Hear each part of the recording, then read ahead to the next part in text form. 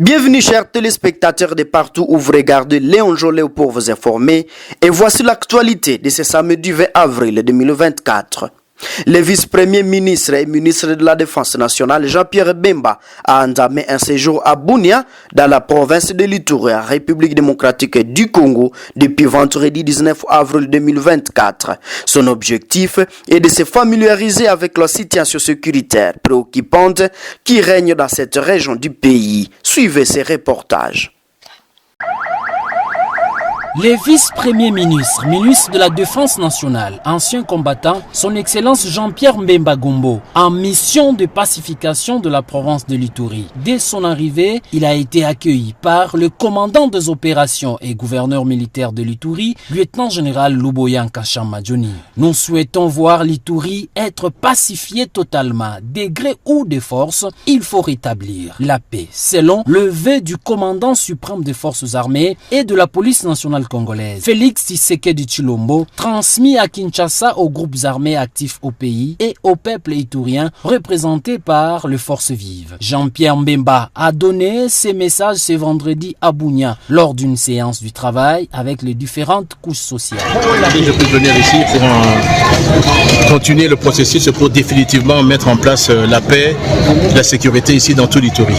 On a réuni tous les groupes armés.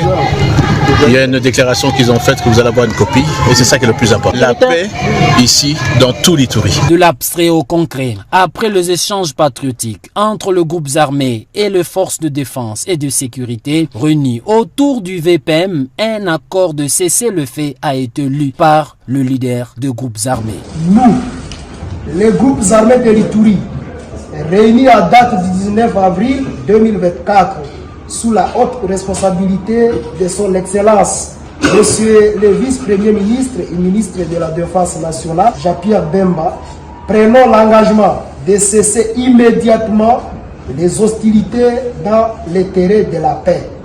Notez bien, tout contrevenant au présent acte se verra sanctionné par les actions militaires ou judiciaires.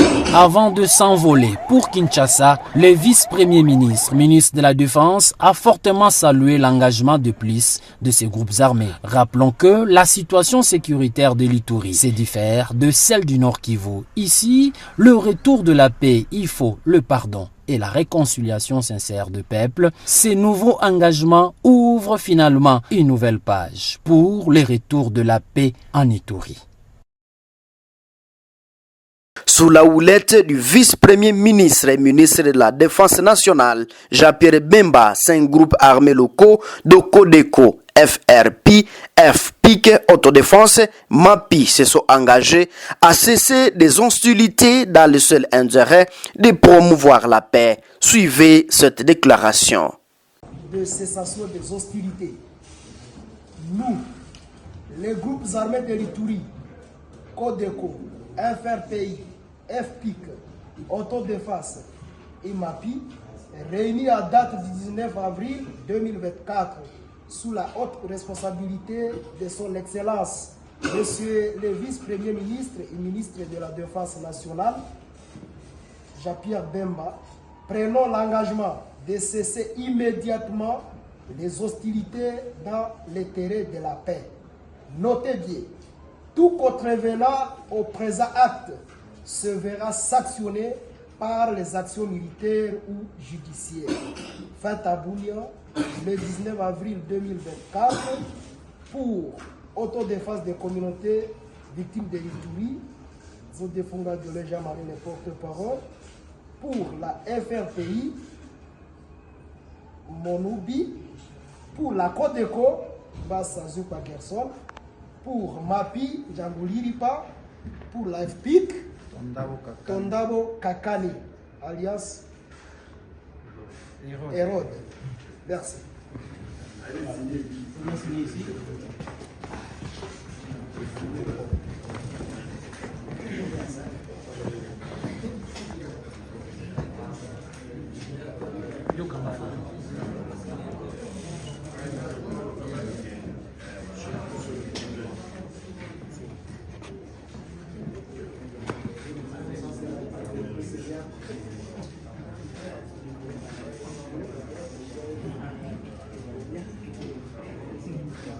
Parlons de la situation de Beni, journée de deuil observée à vue de Beni depuis mardi 16 avril 2024.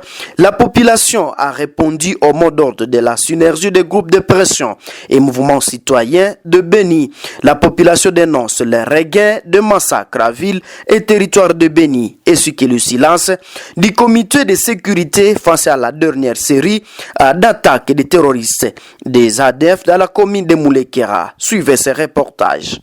Les activités sont paralysées en ville de Beni. La population a répondu au mot d'ordre de la synergie des groupes de pression, mouvements citoyens et d'autres organisations de la société civile qui ont appelé à l'observance de 2 journées de deuil en mémoire de 17 personnes tuées le week-end par les ADF dans les quartiers Bundi et Sayon, commune de Moulekera, indiqué Nick Junior, porte-parole circonstanciel de la synergie des groupes de pression et des mouvements citoyens de Beni. Nous avons appelé la population de Beni en général et toute la communauté d'observer 2 journées de deuil. Nous dénonçons l'incompétence du Conseil de sécurité. En dépit des tueries qui continuent à se passer dans la région de Beni, aucun message par rapport à appeler la population à mettre fin à ces massacres. Les portes des boutiques, magasins, kiosques, stations de carburant et plusieurs autres maisons de commerce sont fermées. Cette action consiste non seulement d'éclairer les personnes tuées dans des violences des assaillants, mais aussi de dénoncer le silence et l'indifférence des autorités et leaders de la région face aux regains des massacres, a expliqué Amani, commerçant sur le boulevard Nyamwisi. La sécurité devient vraiment généralisée en ville et dans les territoires. C'est nous commerçants qui souffrons beaucoup. Si nous décidons de fermer, c'est que nous plairons et quand nous plairons, que le gouvernement écoute notre détresse. Kakule Moussalambi Sylvain, taximan moto rencontré au quartier Matongé, indique que cette action pourra interpeller les autorités sur les responsabilités quant à la protection des civils. Il regrette la mort de certains de ses collègues taximan moto dans les dernières tueries au quartier Sayo. Ce qui nous pousse de ne pas travailler, c'est voir ce que nos concitoyens traversent. Nombreux sont morts, même nos taximens motos sont morts et d'autres prennent sur les motos. Nous espérons trouver solution des autorités que nous avons élues. Aucune autorité ne s'est prononcée à cette situation. Nos efforts pour entrer en contact avec le maire de la ville et les porte-parole des opérations Sokola n'ont pas payé. Au moins 38 personnes civiles ont été tuées dans ces incursions les 2 dernières semaines, dont les forces démocratiques alliés sont accusés d'être auteurs. Certaines de ces attaques ont été revendiquées par les groupes islamiques sur ce site de propagande Hamak. La DEF est à la base de la mort de plusieurs milliers de civils. Certains sont portés disparus et des milliers d'autres qui vivent en situation de déplacement car leurs villages ont été pillés incendiés. Ce groupe est affilié à l'État islamique Daesh ISCAP selon les autorités congolaises et plusieurs rapports de l'ONU. La communauté internationale et le Rwanda doivent savoir que l'intégrité de la RDC est sacrée. Le peuple congolais se battra jusqu'à la dernière goutte de son sang pour l'intégrité de son pays. Ce qui s'est passé au Soudan, au Somalie et à Yougoslavie ne peut être dupliqué à République démocratique du Congo, a déclaré Modeste Mutinga, le ministre congolais des Affaires sociales, aux ambassadeurs à mission à Goma, vendredi 19 avril 2024. Suivez-les dans cette vidéo de Jafar Alk. J'ai, au nom du gouvernement de la République, un seul message. Un message qui n'est pas du tout long. Je voudrais que la presse et leur Excellence, messieurs les ambassadeurs, retiennent que pour la République démocratique du Congo, l'intégrité territoriale de notre pays est sacrée. Elle n'est pas négociable. C'est cette affirmation soutenue par la Charte des Nations Unies, par la Charte de l'Unité africaine et par la Constitution de la République démocratique du Congo qui préoccupe notre voisin, le Rwanda, qui s'intéresse non seulement aux limites géographiques de notre pays, mais aussi et surtout à son sous-sol. C'est ce qui nous vaut la guerre injuste qui nous est imposée, cette guerre qui a produit des milliers de déplacés, des milliers de morts, des milliers d'enfants malnutris, des milliers d'enfants des rues, des milliers de sans-abri que nous venons de visiter tout à l'heure. Cette revendication non fondée juridiquement, maladroite et belliqueuse est contre toute attente, a été contre toute attente, je voulais dire, appuyé par le président Sarkozy, qui lors d'un passage à Kinshasa proposait à la République démocratique du Congo de partager ses richesses frontières avec son voisin. Ces mêmes prétentions sont contenues et soutenues par l'ex-président Bill Clinton, qui soutient et a toujours soutenu la balkanisation de la République démocratique du Congo. Tout cela justifie les massacres et la guerre qui nous préoccupent aujourd'hui. Le peuple congolais dit fermement non à cette violation du droit international.